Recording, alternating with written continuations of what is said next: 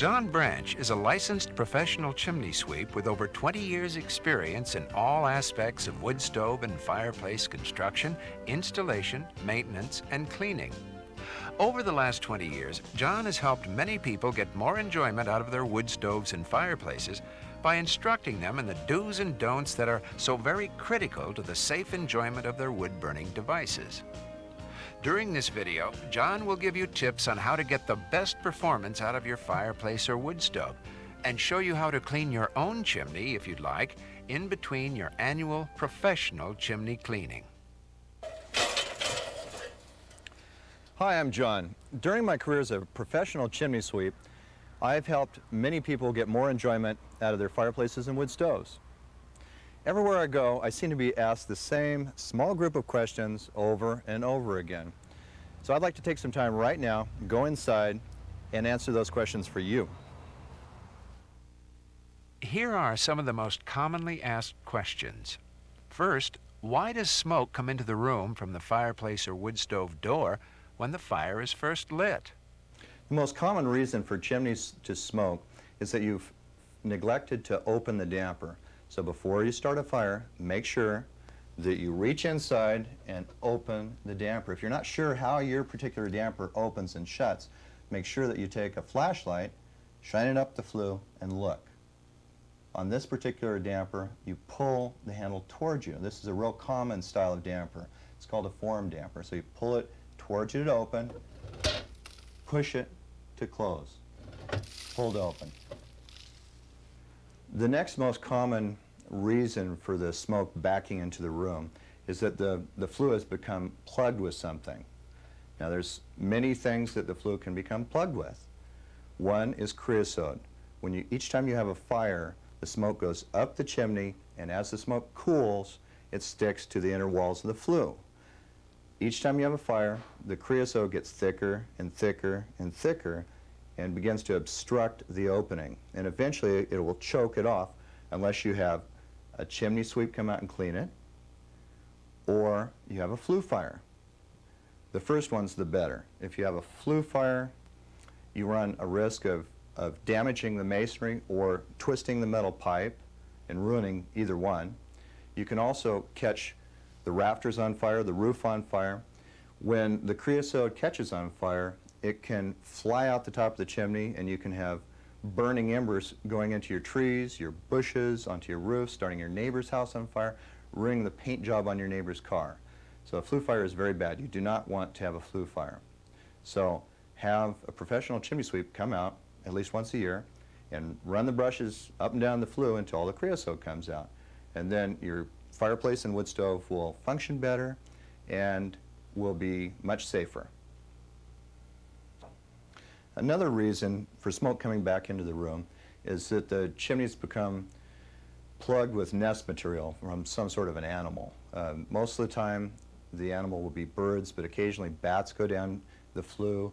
Raccoons have been known to go down and have their pups inside the flue. So you can have debris, which is actually stopping the airflow up the chimney, so your fireplace or wood stove just aren't going to work. So a good way to prevent this from happening is to put a bird-proof chimney cover on top of the flue, and that's if you already have the animals or birds in the flue, then you need to call your wood stove store or fireplace shop and ask them for a professional that can get the critter out of your flue. Another real common reason for the smoke backing into the room when you first try to light a fire is that there's a cold air plug in the flue. Now this acts just like any obstruction, only it's just air. Cold air falls, warm air rises. And so what you need to do is roll up a piece of newspaper like this and light the end of it and hold it up inside the flue. And what that does is it warms the air and gets the air started moving up. So this is the next step after opening the damper, is warming the air up in the flue here. Now you want to go ahead and hold the newspaper up there until you can see the smoke going up the flue. Now the smoke's already starting to go up this flue, so it's warmed up probably enough that it'll be just fine to go ahead and light the fire. How do you start a fire? After you've warmed the flue up with the newspaper, and you see that the smoke's going up the chimney instead of out into the room, you can go ahead and light your newspaper that you've crinkled up into little balls.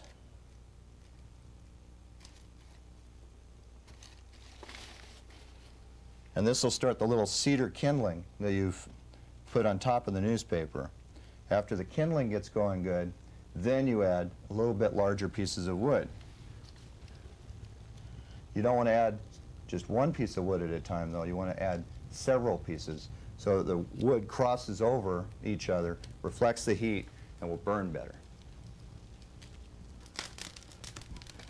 The little kindling is starting to burn good now, and so we want to add at least 3 pieces at a time. I think I'll try to put 3 or maybe even 4 pieces of wood on this. That way the fire reflects off each piece and it'll go ahead and combust better. Now once you get this fire going, you want to always be sure and put your screen back in front of it so you don't have sparks flying out onto the carpet.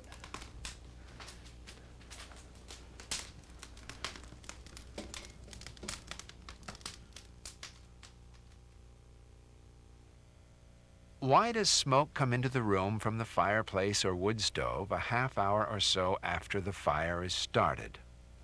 After you've had a fire going for a while, the smoke sometimes will kind of trickle into the room. It won't necessarily be so much that you can see it right at first, but you notice you're smelling some smoke. The most common reason for this problem is you do not have the air inlet door open. Here's 3 of the most common doors. You'll see inside the fireplace, you'll see a little door like this that opens and shuts, and then air comes through here from the outside and helps with the combustion process so the smoke doesn't come back in the room. Here's another one that's real common. You'll find these usually on the side walls like this. Sometimes you'll find one of these on the floor of the fireplace. It'll open up and you'll be able to tell because you'll be able to put your hand down there if you want. This one, the cowbell, usually is on the side wall and opens like this and shuts. You can have these air inlet doors installed by a professional. Now, the guy should be licensed, bonded, and insured because this can create a safety problem if he's not good at what he does. So ask for his credentials. A good way to find someone that's competent is call one of the local stores that deals with wood stoves and fireplace equipment and ask them who they recommend to install an air inlet door. This gives you a great deal of benefit for not a horrible amount of money usually spent. Another reason for the smoke to come back into the room while you've got a fire going is that you have a forced air furnace. And what the forced air furnace does is it pulls air out of the room and circulates it through the furnace and heats it. And sometimes what it'll do is it actually pulls a little gusts of smoke out into the room. And this sometimes is noticeable with a haze in the room. You've either got too strong a fan on the furnace or you need to relocate the cold air return, which is usually on the ceiling. Locate it further away from the opening of the wood stove or the fireplace. Why does smoke occasionally gust into the room? If you don't have a chimney cover on top of the chimney, you can occasionally have smoke and ashes actually gust into the room. And that's because the wind's just blowing everything back down the flue.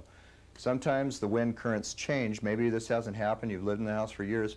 Well, something has changed in the neighborhood. Maybe you've got some 2-story houses next to you, or the trees have gotten high enough that the winds come over the tops of the trees or the tops of the houses and push the smoke right back down the chimney.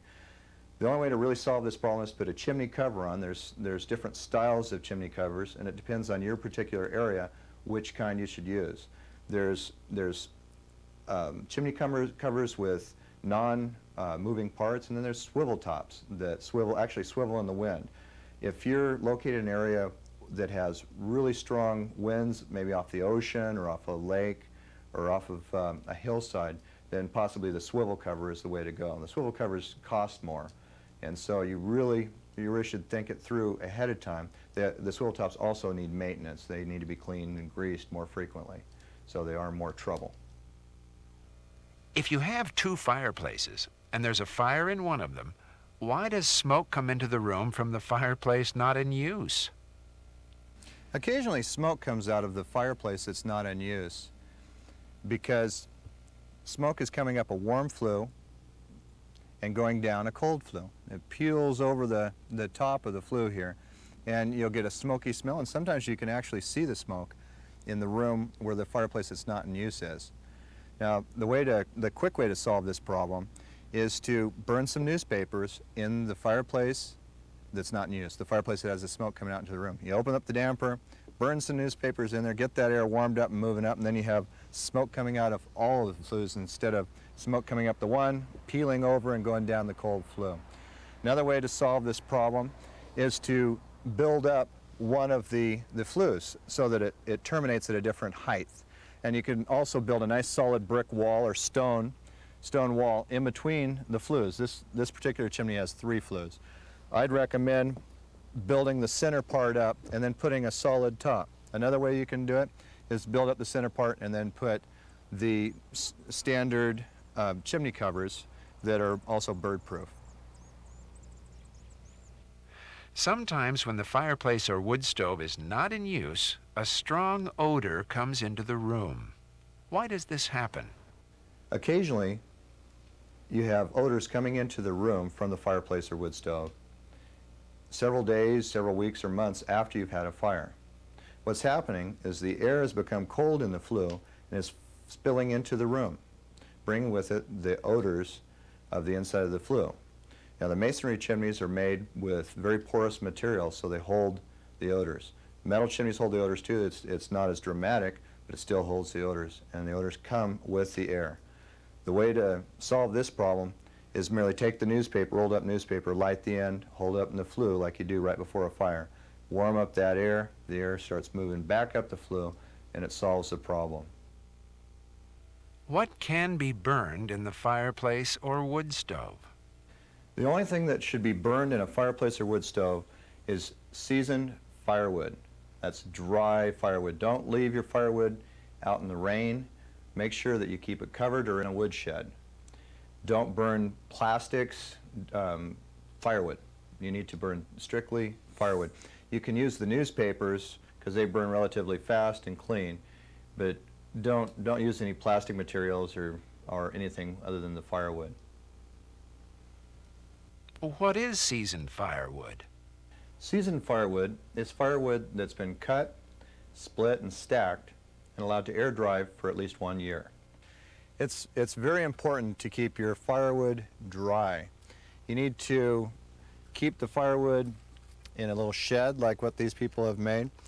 You'll know that it's drying because it becomes lighter, and you can get a feel for it. You feel the wood right after it's first cut and split and stacked up.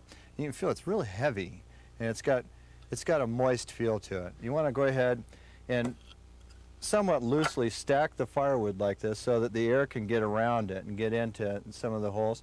These people have raised the wood up off the ground too to keep it from just rotting there and try to keep the bugs out. If you're going to stack it next to the house, you need to go ahead and pull the wood pile away from the house a little bit so you don't have the insect traffic and rodent problems that can come up.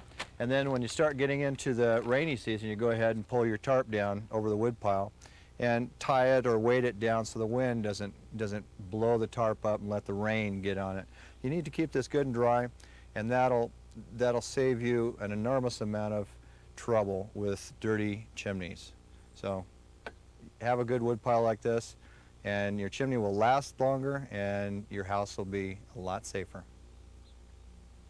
What maintenance does a fireplace or wood stove need to keep it safe? Remember that the fireplaces and wood stoves are supposed to be for our enjoyment, so keep them safe. Do that by calling your fireplace shop or wood stove store and have them send out a trained professional to take a look and make sure and reassure you that everything's still safe after a year's use. So call them once a year, have it inspected once a year, and you'll keep your chimney fun.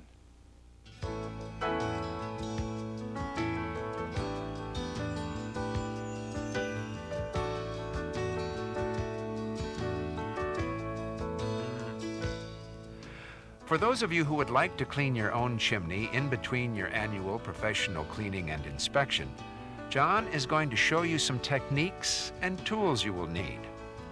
Before you begin, you need to remember safety first. Do not attempt to get on steep or slippery roofs.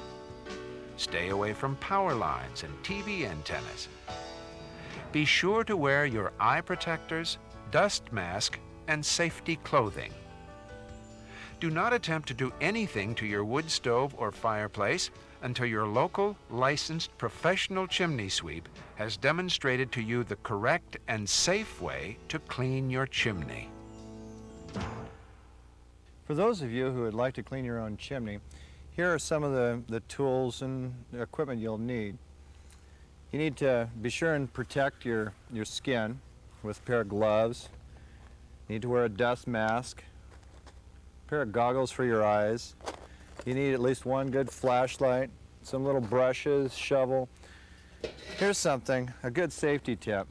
Whenever you pull your ashes out of the stove during the burning season, be sure to use a little metal container like this with a lid that can kind of smother the coals down. The coals can stay for days in a fireplace or wood stove and stay hot enough that they can actually reignite things. People have started their houses on fire by using paper bags and setting them out alongside the house. This is really not a good practice to get into. You can have the coals ignite the paper bag and actually start the side of the house on fire. So use a little metal container like this to pull your ashes out. I like using this 4mm poly to cover the floor with. It works real good. It unfolds, and then it keeps the soot and any moisture off your carpet and your furniture. There's also some other things that you'll need, maybe a little duct tape and an inspection mirror. And you need to have the right size brush for your particular flue. You'll notice I've got flue liners here.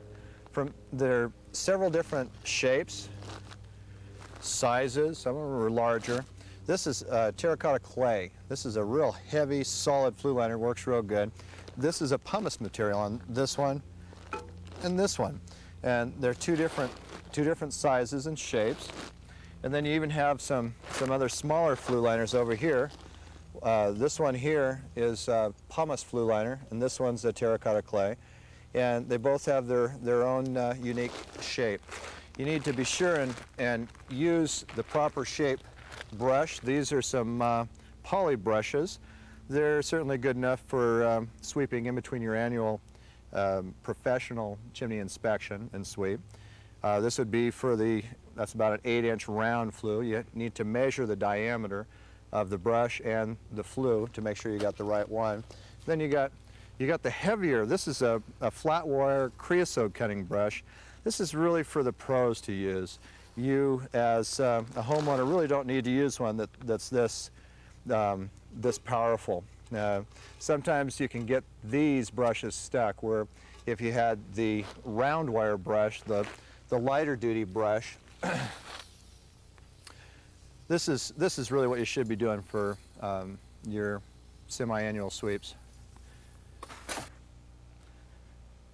If you decide to use a shop vac in the chimney cleaning process, you need to be very careful to have someone watch the vacuum while you have your back turned to it and while you're on the roof, because the dust sometimes will come through the seams, the handles, and the exhaust port. Another safety idea here is to go ahead and hook up a hose to the exhaust port and vent it to the outside. And that way, if you do have something go wrong, most of the dust will go ahead and go outside. You still need to have someone watch the vacuum, though, to make sure you're not just filling the house with dust. So now let's go inside and see how to clean a freestanding wood stove. This is a freestanding wood stove. It's surrounded by a nice brick backing to protect the wood walls from the heat of the stove. And it's got a nice hearth out in front to protect the floor from the sparks and possible logs falling out of the stove. It has a nice round pipe going from the top of the stove all the way up through, and it does have the screws in there, which is good. The chimneys work better if they're round and straight up. You have less creosote building up. The round chimney, the smoke wants to spiral going up and through the roof. It wants to spiral like water does going down a bathroom drain. The smoke wants to spiral only going the other direction. As it spirals on a nice round pipe, it stays cleaner. So it's actually a real good setup like this.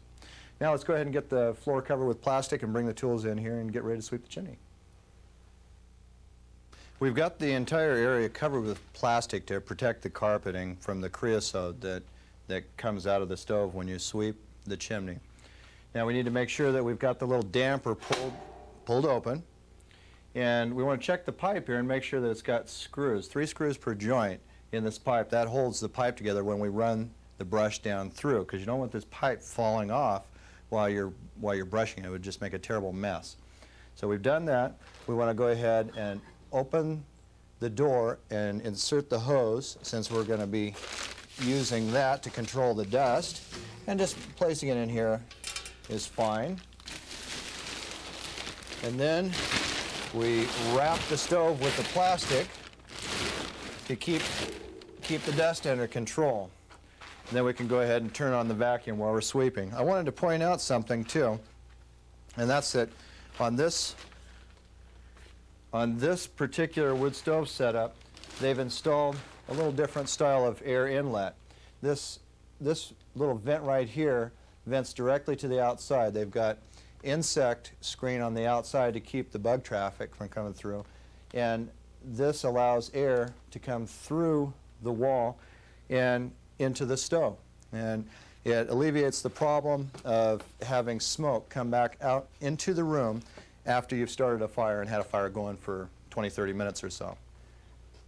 It's extremely important to know and use proper ladder placement, especially if you're using aluminum or any other metal for that matter. Metal ladders can conduct electricity, so you don't want to get close to antennas or power lines because you could be shocked and seriously injured. You need to have the proper angle when placing the ladder, and you need to have it on a good stable surface. You can look at the side of most OSHA-approved ladders, and they'll give you some instruction on how to place the ladder. A good basic rule of thumb that was demonstrated to me by a professional firefighter is to put your toes touching the feet of the ladder, and then put your arms out, and it should be about to the end of your fingertips. And that gives you a general placement on the ladder. You need to really be careful too, the surface that you place the feet of the ladder on. If you're on a deck, wood, you got to watch out for the ladder slipping out. Something that I started doing a long time ago is to put a little metal standoff which keeps the ladder from bending the aluminum gutters. So I use these standoffs, and then I use a piece of rope and tie the ladder to one of the gutter spikes. You'll see the little nail heads periodically along the gutter. I tie the ladder to the gutter spike, and that makes everything a lot more stable too. The most dangerous time for ladders is not going onto the roof, but rather coming back onto the ladder. So you want something that's really solid to grab hold of. That's why the standoffs and the little piece of rope. Most factory-built chimneys, these little metal chimneys, come with a chimney cover. Now, this is designed to keep the wind from blowing the smoke back down the chimney, and it keeps the rain from going down the chimney. You want to keep the moisture out of the inside of the chimney, because with the moisture comes more creosote. With the creosote comes a real safety problem. You don't want the creosote, you don't want the moisture in here. The covers usually have some device that holds them on. This particular one, it requires a screwdriver and a pair of pliers. I've already loosened this up, and so we'll just take this off. Kind of careful here. Now we want to be sure and put our dust mask on and our goggles on before we start sweeping, because these little chunks will fly into your face. You don't want to breathe them, and you don't want them in your eyes because it really hurts. So we'll start by taking the top off and setting it down, being careful not to get it underfoot. Along with our other little hand tools, I like having the flashlight tied to my belt like this, and that way it's one less thing to worry about falling off the roof. Then I take the flashlight, turn it on, and look down the chimney here, and it doesn't look too bad. There's a little bit of the powdery second-degree creosote that's been building up in here, but it'll sweep off real nice and easy and be safe again. It's starting to get past 1/4 of an inch. You should go ahead and sweep the chimney if you see the creosote starting to get to about 1/4 of an inch or a little more. You should go ahead and sweep it all out. Make sure that you don't have anything plugging the chimney. This chimney had a bird in it one time, and you can see how the creosote's been disturbed on the inside. It's brushed off some of the creosote actually for us already, but I'll go ahead and run a brush down through it and clean the rest of the creosote off.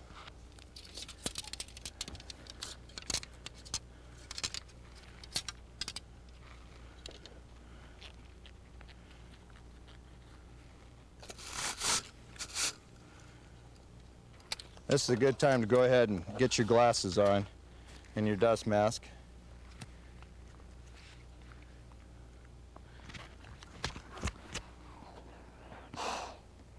If you're going to breathe, you need to have the dust mask on if the dust is coming back up.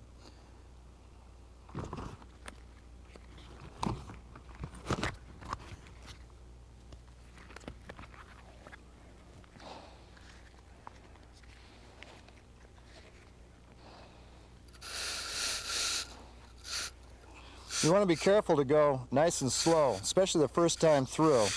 The dust is falling down into the stove, and if you don't have a good vacuum pulling the dust, then you could have a real mess down below.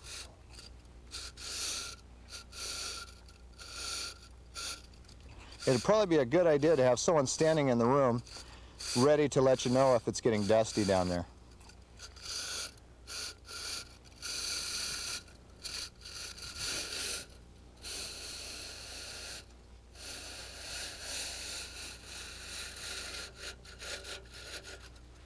Now it's time to add one of your extensions.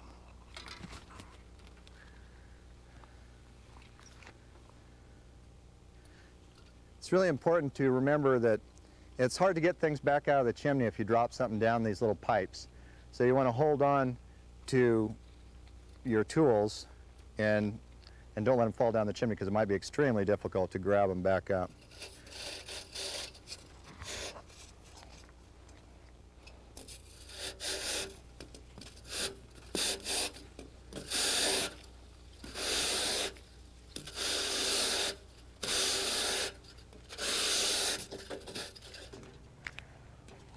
After you get all the way to the bottom, you need to make sure that you've actually run the brush down to the damper mechanism.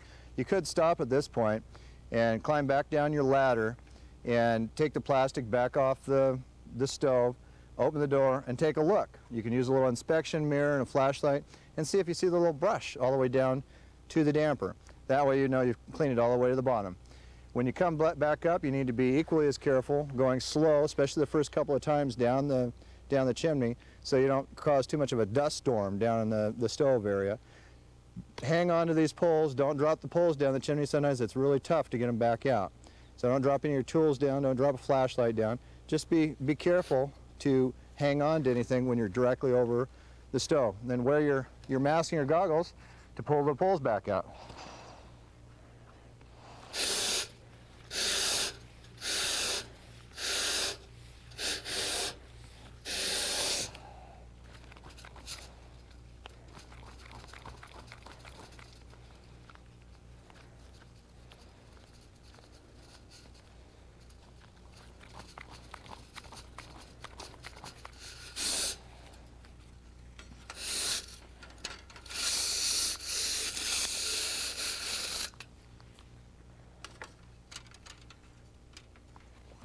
Usually most of the creosote comes off the first couple of times up and down the flue. But just to make sure, after the dust settles, you want to look down the flue and make sure that everything's off the walls. And you want to look for any signs of unusual signs. The inner walls will sometimes buckle, and that renders the chimney unsafe. So you need to be watching for those sort of things. Then, when you have a factory-built little metal chimney like this, it's really a good idea to have these bracing poles, 2 of them, attached to the chimney about 1 foot down from the top and going back into the roof. It stabilizes the chimney so that when it's windy out, the chimney doesn't have a chance of just falling over which would be a disaster if you had a fire going in the stove. So bracing poles, especially if the chimney's more than about 4 feet out of the roof line here. Then before putting the cover back on, you need to go ahead and clean all this creosote that's on the top here. So clean it off good and check to make sure it's still intact and solid and not rusting through. If it starts falling apart, you need to get a replacement cover for the chimney. So clean it up, reattach it, and then let's go down and take a look at the stove. Now that we've cleaned the chimney and allowed a little bit of time to pass so the dust will settle, we need to gingerly remove the plastic.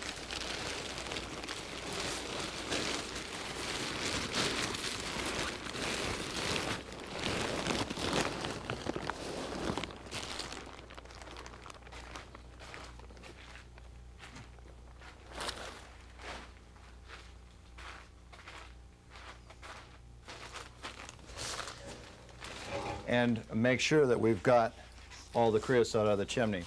A very good way to do this is take a small mirror and a flashlight and look up the chimney.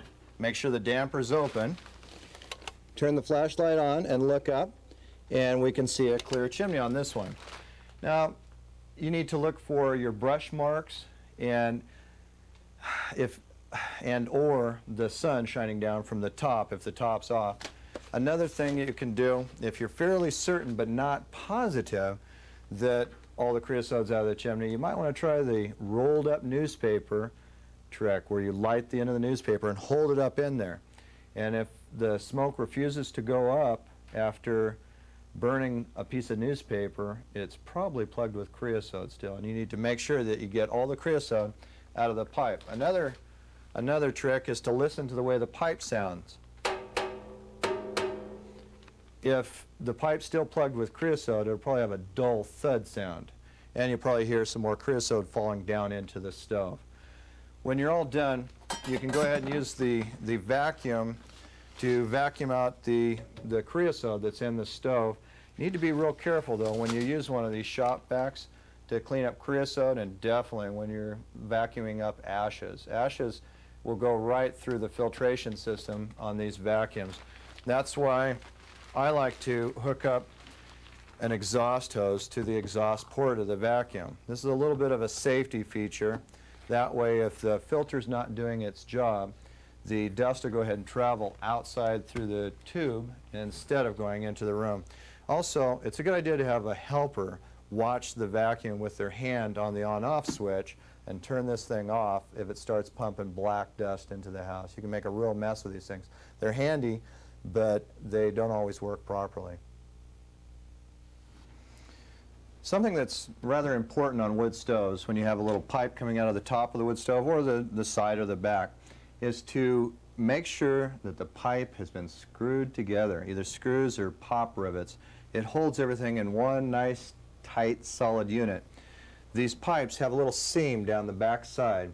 They're only a single wall pipe, and what has happened in the past is when the pipe heats up with a fire, the seam will sometimes let go. It pulls apart, and if the pipe's not screwed together, 3 screws per joint at least, then it can actually fall on the floor, and you got flames and smoke coming out of the top part of the stove, which is a very bad situation to have. Before you start a fire, if you have one of these little stack dampers, you need to make sure that it's in the open position to let the smoke go up the flue. It's in the open position generally, usually, when the handle's in this position. What it does is it turns a little flap that's inside the pipe. Now, if the little handle is sideways like this, then it turns the little flap inside and opens it and allows the smoke to go out of the pipe. When you turn it like this, then it closes. So you've got it open, the smoke can come out, closed, the smoke wants to stay back down in the stove. Before you open the door on the stove, you should always just get in the habit of opening the damper first. Then the current's changed in the stove, and the smoke will go on up. These little flaps are installed. These are relatively inexpensive little things. You drill a hole here and here, 2 holes, and then this sticks through the little damper. It goes all the way through the holes, and then you turn it and push it and pull it back, and it locks. And then it closes, opens, closes, opens. Before you start the fire, you have to open this first, and then you come over here and open your spin controls. Now, these little spin controls allow air to go through the door of the stove and into the firebox. This is the firebox in here. And you've got both damper mechanisms, the air in, and then the stack damper open. Then you go ahead and light the wood stove just like you would an open fireplace. Take the newspaper, twist it, hold it up in there, warm up the flue, get the smoke going up the flue, and then you go ahead and light your newspaper with kindling. Some other things to look out for on a wood stove is to make sure you have clearances around this steel box. Clearances. Now, if it's a non-rated stove, meaning if it hasn't been approved for closer clearances, you need about 3 feet away from this stove, which is quite a bit of room, 3 feet to anything that will burn. That means newspapers, furniture, the wall. So you can only have the stove this close when you have a masonry product with nothing behind it. This is very close. It's important to remember that you need to have some hearth space in front of the door of the wood stove. Now this applies to fireplaces too. You need to have hearth space in front. And the purpose of this is that when you open the door to add firewood, you don't want to have the possibility of a log rolling out and just falling onto carpeting or something else that could combust. So keep the whole area clear around the stove and make sure you have at least 1.5 feet of hearth. More hearth is actually better. Then you have a greater area for safety. Always use the wood stove with the door shut. That way you don't have logs, you don't have sparks popping out when you're in another room or when you've gone to the grocery store.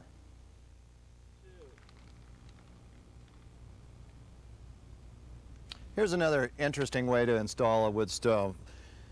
These people have used insulated stainless steel pipe, and they've brought the pipe out through the side of the house, and with a T they've run the stack up the side of the house. This is a good way to install a chimney, especially if you have limited space in the rooms in a 2-story house and the rooms above you are filled with furniture and no place to run the chimney housing.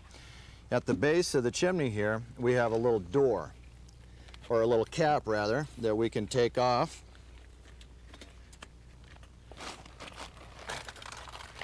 Sometimes it's hard to get these things off because they rust up. There we go. Pull the cap off, set it aside, and you can look up inside here to see what size brush you need to use. Use a flashlight, look up inside. You can also take a tape measure and measure. This is a 6-inch brush we're going to use to clean this, and sometimes I like to clean these type of chimneys from the bottom. Now if I can get the brush started and run it all the way to the top. Another way you can clean it is you can run the brush down from the top. You need to pull the chimney cover off, clean it, run the brush down from the top. Now you don't want to forget to clean the pipe inside the house also.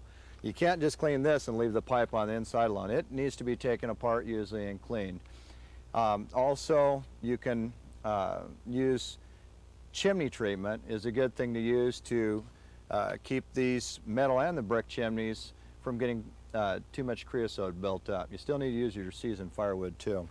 Whenever I run the brush down up from the bottom, I like to get it started and bend the pole and add another length. And sometimes I use a vacuum here to control the dust, but sometimes what we do is we go ahead and attach a bag to the bottom of the stack. Now this also works good if you're going to sweep from the top and you don't have a vacuum that you can use. You can take the cap off here and attach a plastic bag to the bottom, tape it to the bottom so it'll catch all the creosote that's falling down. When you're brushing from the bottom, you can do the same thing. Just attach it and leave a little spot here for the brush to go through, and it'll go ahead and pass on by and the creosote will fall into the bottom. After you get through cleaning the chimney,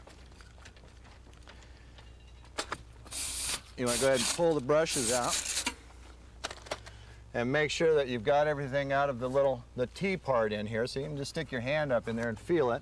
You can also see it from the inside whenever you pull the chimney pipe apart. Take your flashlight, look up inside, and make sure that you've gotten all the creosote off the inside of the chimney. Then be sure and put the bottom cover on, secure the fastener, and get that top cover put back on too. If the bottom cover falls off, you won't get a proper draw through your stove, and you're going to find that the stove puts smoke back out into the room. Okay, this is one way to install a chimney. Let's go take a look at one other way. There's quite a variety of freestanding wood stoves, and here's yet another one that has a lot of vertical pipe here. This is good. The pipe goes straight up and it's round, so that's excellent for getting less creosote buildup and drawing better. And they've got the screws, 3 screws per joint here. This is extremely important when you have this much freestanding pipe, because you do not want this pipe falling apart when you've got a fire going on. So you need to make sure the screws are in place all the way to the top. And here's something else that really can cause you problems if you're going to be sweeping your own flue. You have a 6-inch pipe down here, and it goes into an 8-inch chimney. So if you were careless and didn't notice that you have a smaller pipe here than you have up above, you might go up above, measure the pipe, see that it's 8-inch, and try to run your 8-inch brush all the way down into this narrow 6-inch pipe. And you'd end up with a stuck brush right about there, and it's really hard to get that brush back out. So be aware of that. You sometimes have different sizes of brushes in these pipes. Also, this wood stove has a nice masonry backing here to protect any of the wood, and it's got a hearth out in front of the stove to stop the problems that you have when sparks and possibly some burning wood fall out in front of the stove. Let's go take a look at what happens when you use unseasoned firewood. This is what happens when you neglect your chimney. You need to be very careful to use dry seasoned firewood, otherwise you get a tremendous buildup, and sometimes within a relatively short period of time. This is really rich fuel, and if it reaches a high enough temperature inside the chimney, it can catch fire. And then it gets so hot that the bricks superheat and can start any of the wood on fire going through the floors of the house, going through the roof. And sometimes it will actually tear off chunks of this creosote will be on fire, flying out the top of the chimney. That's extremely dangerous. You should remember dry firewood, keep it swept out, and you won't have this kind of a problem. This is a nice masonry fireplace here with pretty much standard type parts. It has a real common height, a common size for the brush, has a forearm damper. So let's get the floor covered and the tools in here and get it cleaned out. Okay, we've got the floor covered with plastic and our tools all set up and ready to go.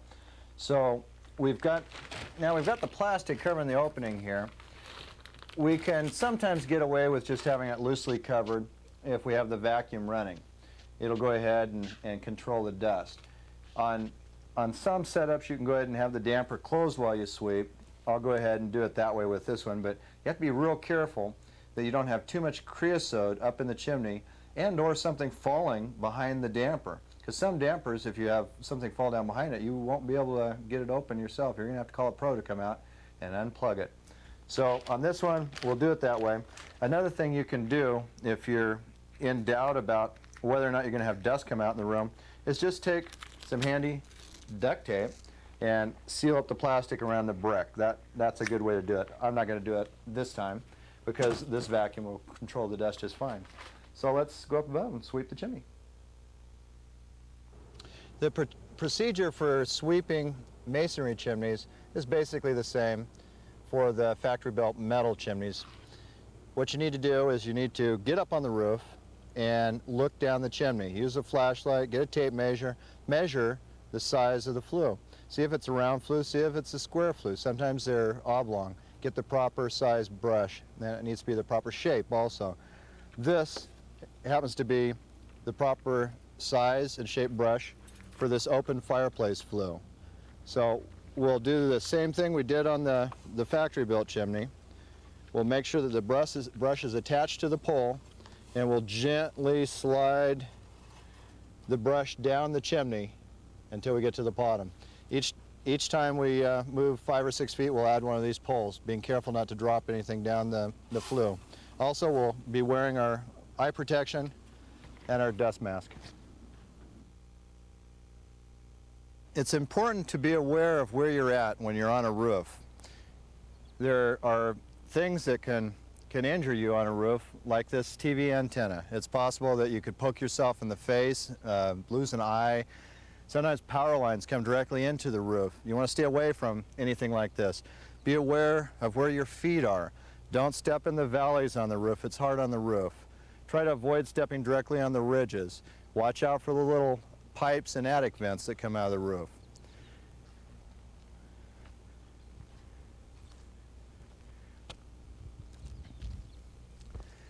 This is a masonry chimney that has 2 flues in it.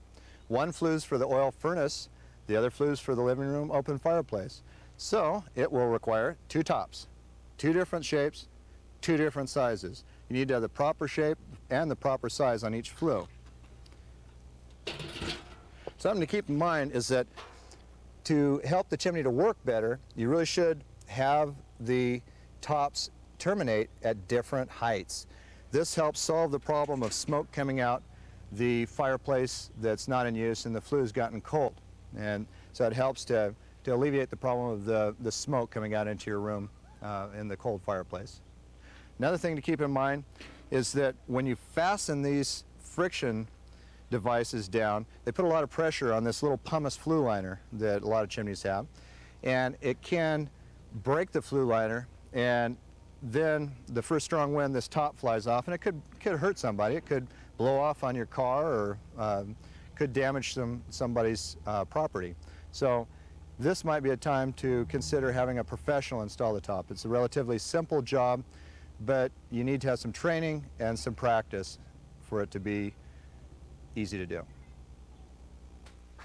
Now that we've swept the chimney and allowed the dust to settle, we need to go ahead and pull the plastic away and get ready to clean the lower part here. I brought a stocking cap because it's a real good idea. When you start working with the open fireplaces, you're probably going to have your upper body inside a little bit. So be sure and wear the dust mask, the goggles, and a hat to keep the stuff out of your hair. It's real hard to shampoo all the creosote back out of your hair once it gets in there, so it's better to just keep it out. So I'll put my hat on here and get the plastic out of our way. Most of the creosote stayed on the smoke shelf because we had the damper shut. So now what I need to do is get the damper open and see if I missed any of the creosote. A good way to get the creosote is to use your flashlight and a little brush to scrub any of the remaining creosote that's around the damper area, up inside the throat of the fireplace a little bit. So I'll touch that up, make sure that's brushed off, and then I'll use the vacuum hose and vacuum the smoke shelf off.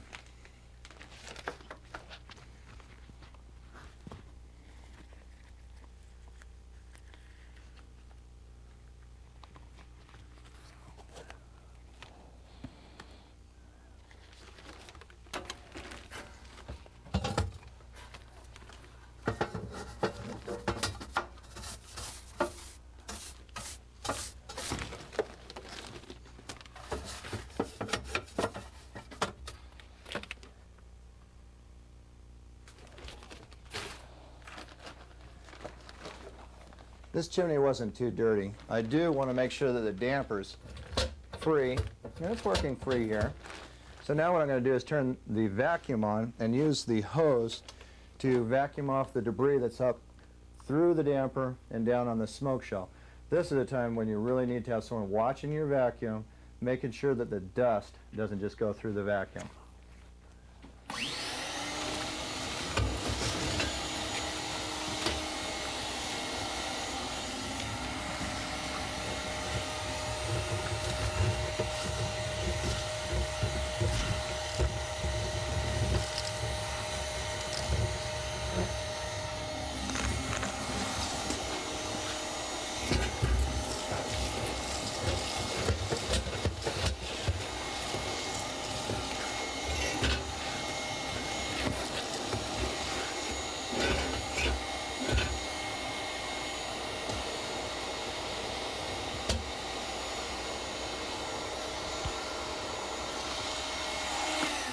This chimney was relatively clean, so it wasn't very time consuming.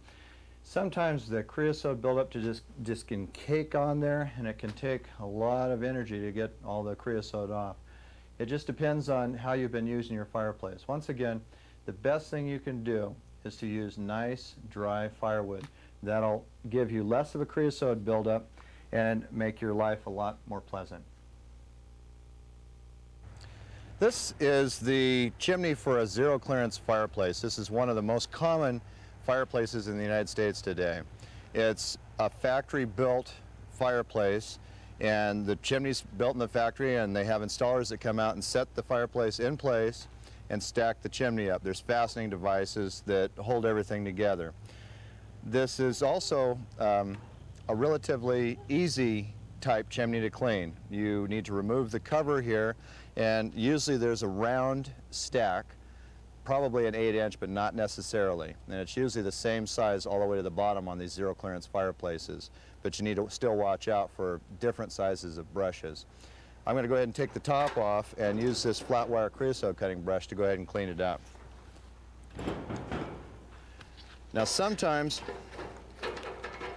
the fasteners get rusty from being up here in the weather, the rain's beating down on them, the sun's beating down, and then the smoke from the fireplace is highly corrosive. And so sometimes it can be a bit of a chore to get these little things out of here. So you need to be patient with it and remove all the fasteners before trying to get the cover off. You don't need to force these things off, so don't get real physical with these, or you're liable to injure yourself or damage the chimney. So we about got the fasteners off. Now we'll merely lift this little plate off. That's a little bit dirty, but not too bad. These screens usually come off too to get out of your way. This screen, by the way, is installed to keep the birds out, bats out, raccoons, squirrels, possums, and they work real effectively against that. They won't, however, keep the insects from going down your flue. You can still have bees go down your chimney. So you need to be real careful when you stick your face down a chimney, because there might be a bee's nest in it. So you need to be kind of careful and look down and see what you've got. This stack is straight down, so that's what I like to see. It stays cleaner and it's easier to clean. Now you should go ahead and wear your dust mask and your goggles when you're doing this. I'm going to leave them off so I can go ahead and talk, but I've got a vacuum running down below which is pulling all the dust out of my face. And plus I've cleaned many chimneys, so I know what to expect from these brushes. Now I'm going real slow to begin with. That way I don't have a bunch of creosote hitting the bottom of the fireplace and trying to scoot down into the room. So you'd be kind of gentle right to begin with, because you can make a big mess with these things. Hold on to your poles, both poles. Don't let go, because you could have the brush go all the way to the bottom. And it might be rather hard to retrieve the poles, the tools, the brushes. Sometimes I go ahead and move down a little bit and then reverse the brush back up a little bit. That rakes the creosote off a little better. And I'm almost to the bottom here, just about. And there it is, the brush. I'm being real gentle when I touch the damper. I don't want to damage the damper mechanism down at the bottom. So I'm going to go back and forth a little bit here. Now this flat wire creosote cutting brush is a professional chimney sweep tool, and it works better than any other brush.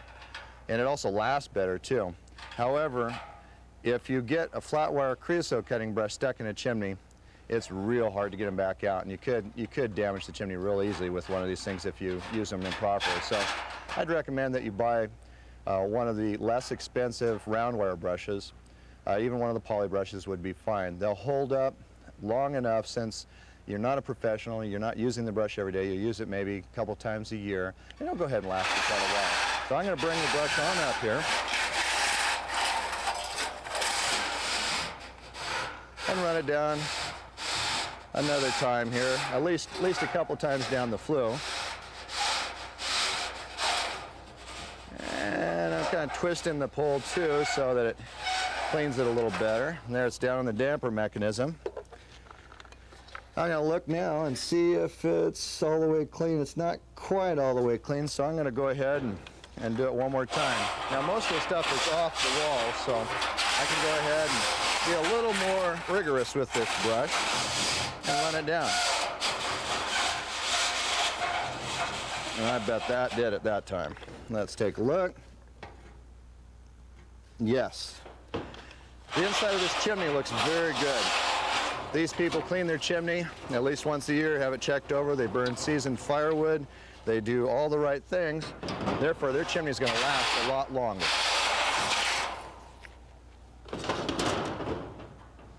Now on this one, I think I'll just brush the top off right here over the chimney, and then it'll go right down into my vacuum.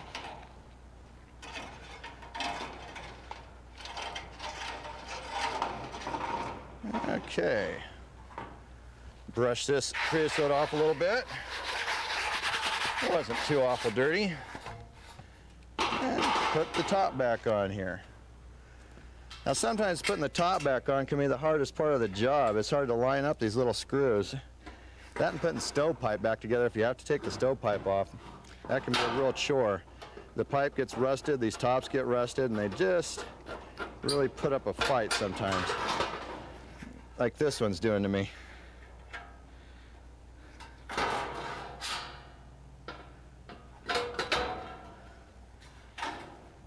You know what I think I'll do? I think I'll go down and get some brand new screws to put in these 3 little spots here, and that way they'll hold better and they'll come out easier the next time. So I'm going to go down and get some screws right now. Well, the dust should be settled now, so let's take a look. The vacuum's controlled most of the creosote.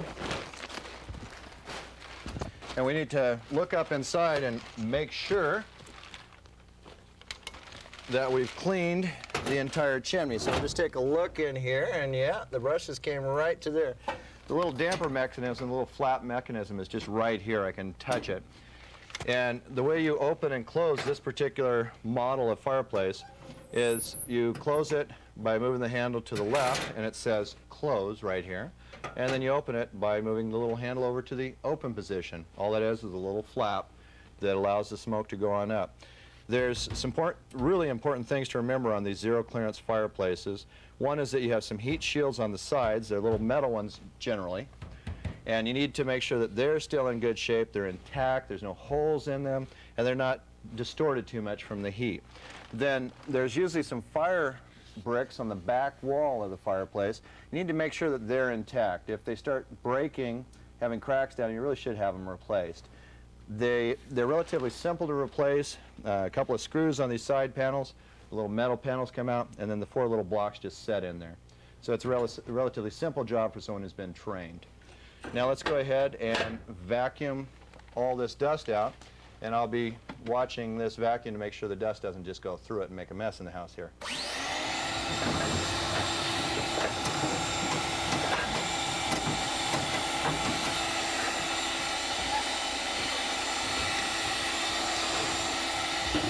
You need to be especially careful if you're going to vacuum ashes out of a firebox, especially in the wintertime. You don't want to be vacuuming ashes that have hot coals in them. You could start your vacuum on fire.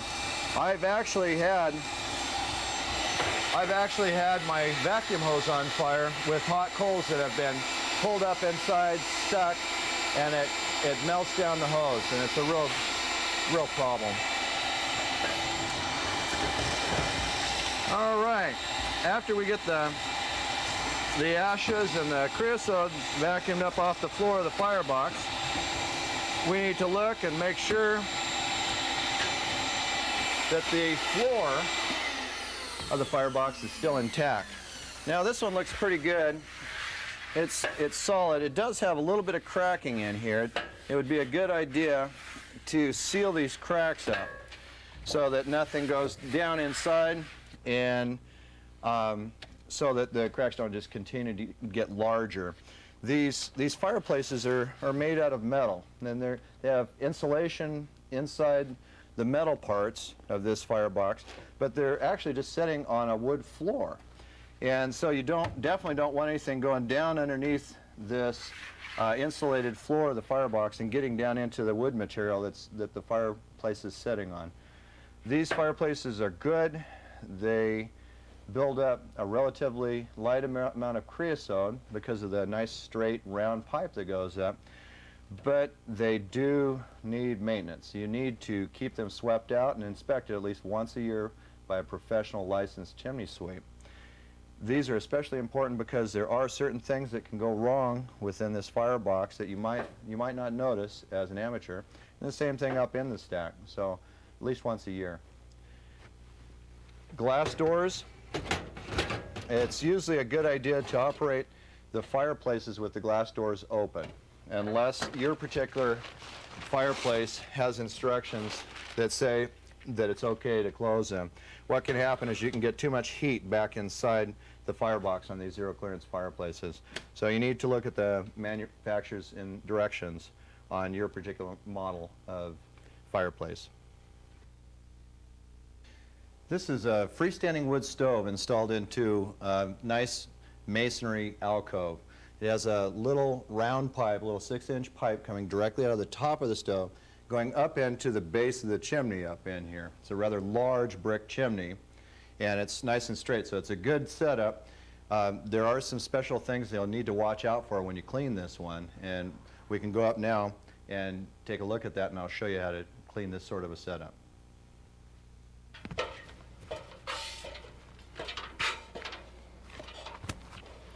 Okay, we've got the two different sizes of brushes that we'll need to sweep this chimney. We've got an upper part that takes a large brush here, so we got a nice big brush that'll work to clean the dust out of it. And then we've got the smaller brush, which will be used to clean out the pipe that's in the bottom. When you're sweeping, you need to be very careful not to run this big brush down inside that little pipe, otherwise you'll probably get it stuck, and it's real hard to get it back out. You could injure your chimney or yourself. So we'll do sweep the upper part first, and then after we've cleaned the upper part with the big brush, we'll pull it back out, and then we'll use this little brush to clean the pipe. For masonry chimneys, this is the most common type cover to put on. Stainless steel. It's got the nice mesh to keep the birds and the bats and the squirrels, raccoons, possums out of your chimney. This one needed to have a little addition put on the top. These are called slip-in legs, and they use friction on the inside of the chimney to hold the top down. The way I find easiest to put this on is to set it down on one side, squeeze the legs that are furthest away from you towards themselves, and start it inside the flue. And then you take the ones closer to you and do the same thing. And then you push it down, nice and secure.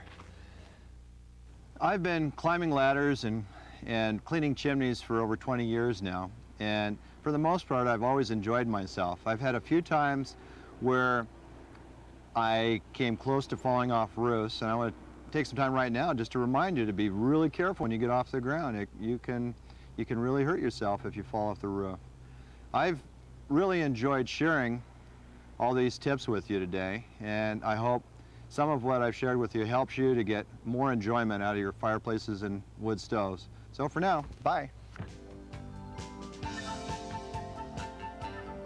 John has just shown you some of the most common wood stove and fireplace setups.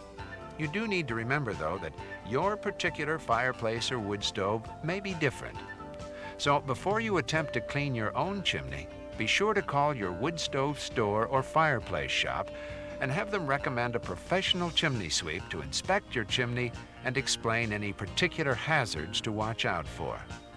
They should also be able to answer any other questions you may have.